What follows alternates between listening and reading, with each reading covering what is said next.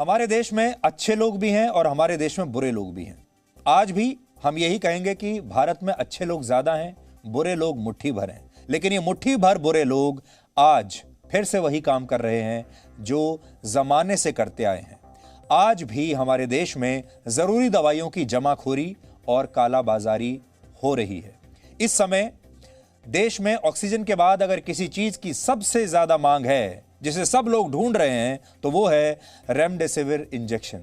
इसलिए आज हम आपको यह बताएंगे कि देश में इस दवा की कमी का संकट आखिर कैसे खड़ा हुआ और इसे लेकर किए जा रहे दावे कितने सही हैं। क्योंकि आप देखिए, सोशल मीडिया देख लीजिए, आप आपस में भी जो लोग बात कर रहे हैं उनसे देख लीजिए, सब लोगों को इसी दवाई की तलाश है।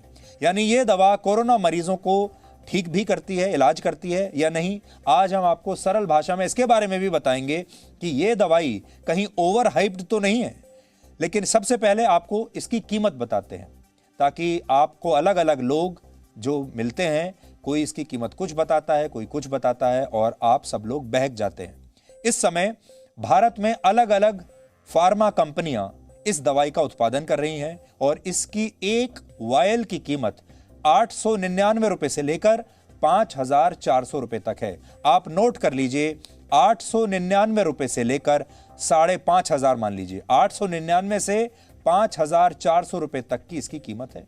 लेकिन बहुत सारे लोगों को ये 20,000 रुपए खर्च करने पर भी इसकी एक वायल नहीं मिल पा रही है। और जिन दुकानों पर यह दवाई उपलब्ध है भी, वहां भी लोगों की लंबी लंबी कतारें लगी हुई हैं। अब आप सोच रहे होंगे कि अचानक से देश में इस दवाई की मांग इतनी क्यों बढ़ गई और हर किसी को यही दवाई क्यों चाहिए। तो रेमडेसिविर एक एंटीवायरल दवाई है। एंटीवायरल का मतलब होता है कि यह दवाई शरीर में संक्रमित कोशिकाओं को ठीक करने और वायरस रेप्लिकेशन को रोकने का काम करती है।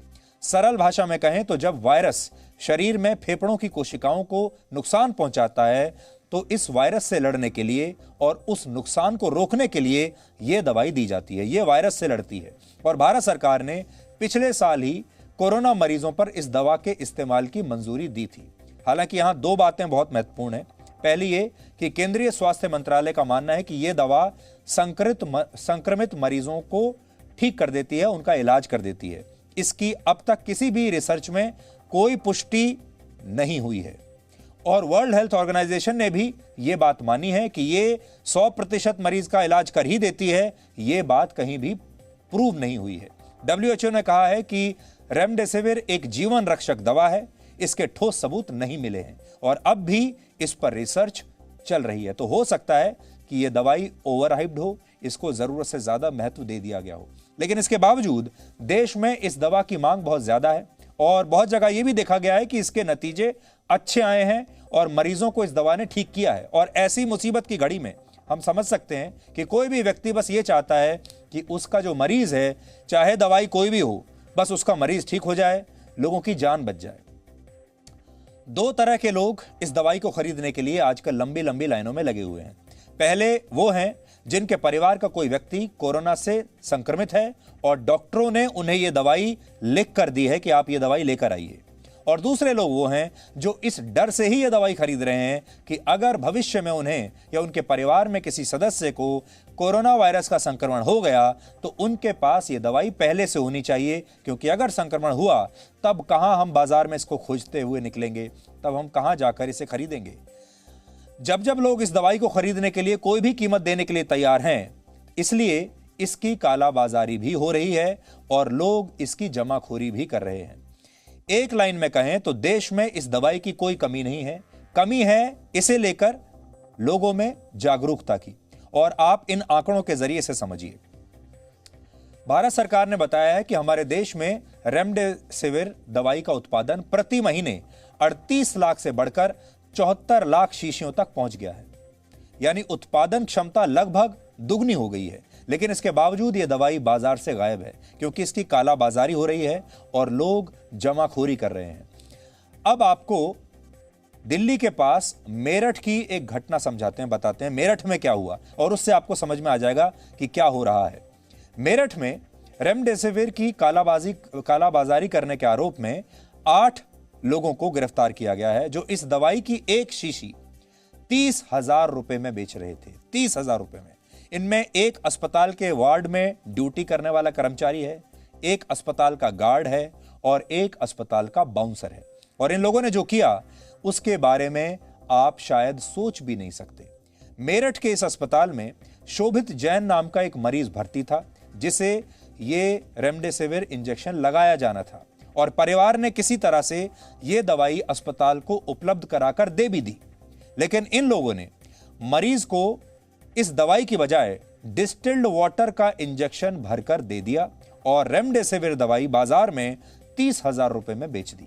और इसी के कुछ देर बाद उस मरीज की मृत्यु हो गई, क्योंकि उसे यह दवाई मिली ही नहीं। सोचिए, इन लोगों के स्वार्थ ने एक मरीज को मार डाला और यह एक हत्या है। ऐसा नहीं है कि स्वार्थ का यह संक्रमण सिर्फ मेरठ तक सीमित है।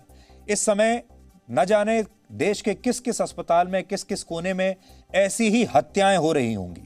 देश भर में पुलिस ऐसे लोगों को गिरफ्तार कर रही है जो इस दवाई की कालाबाजारी कर रहे हैं। आज स्थिति को देखकर हमें वर्ष 1953 में आई एक बहुत मशहूर फिल्म याद आ रही है, जिसका नाम था फुटपाथ।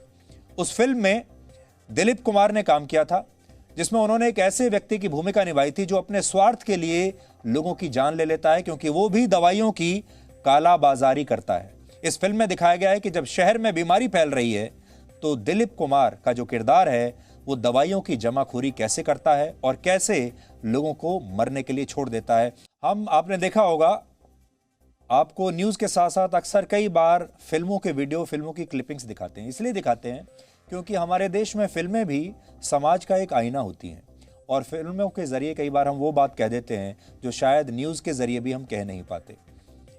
ये फिल्म 1953 में आई थी और सोचिए 1953 में भी दवाइयों की ऐसी ही कालाबाजारी होती थी। जब हमें आज़ाद हुए कुछ ही साल हुए थे तब भी हमारे देश में ये सब हो रहा था और सोचिए आज 2021 में भी स्थिति वैसी की वैसी ही है। और इस समय भी जब देश इतनी बड़ी चुनौतियों का सामना कर रहा है तब भी हमारे देश में कालाबाजारी की समस्या दूर नहीं हुई है।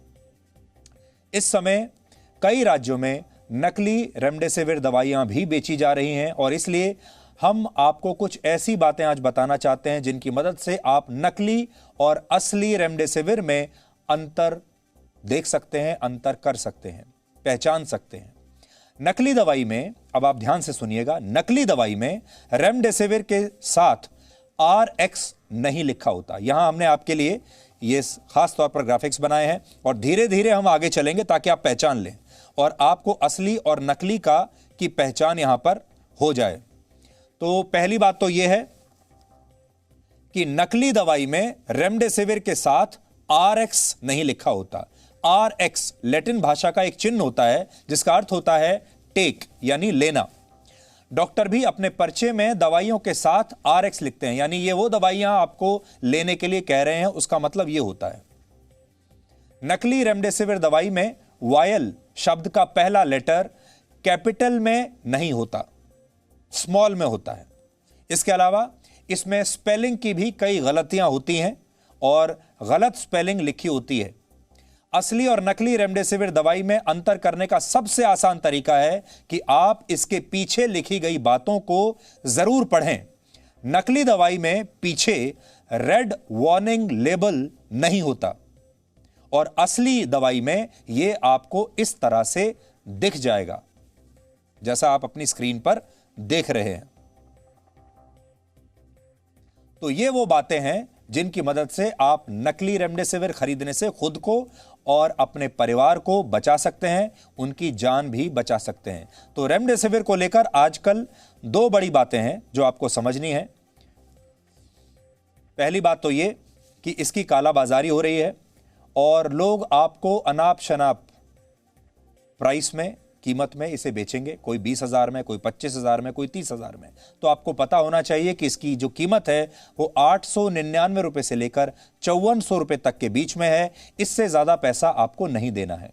दूसरी बड़ी बात यह है कि बहुत जगह नकली दवाई भी आपको दी जाएगी। उसके लिए हमने आपको बता दिया कि आपको नकली दवाई को कैसे पहचानना है। अब सबसे बड़ी चुनौती यह है कि अगर आपका परिवार का कोई सदस्य कोरोना वायरस से संक्रमित है और उसे आपने एक कोविड हॉस्पिटल में भर्ती करा दिया है तो आपको अंदर जाने की इजाजत नहीं है।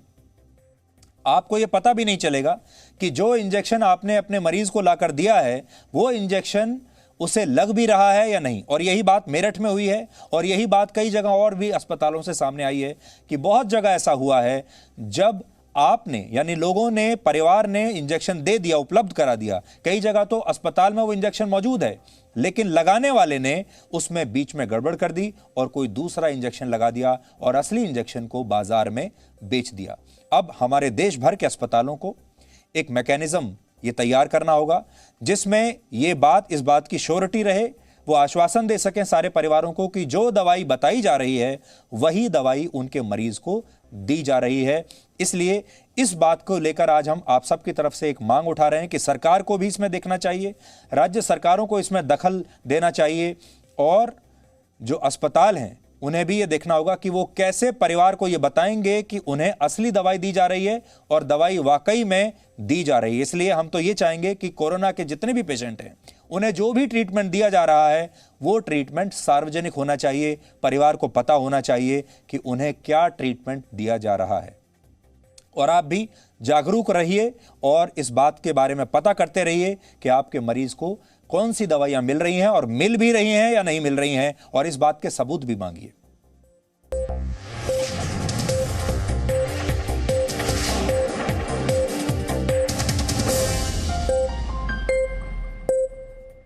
Presenting B News app, available on Google Play and App Store. Download it now.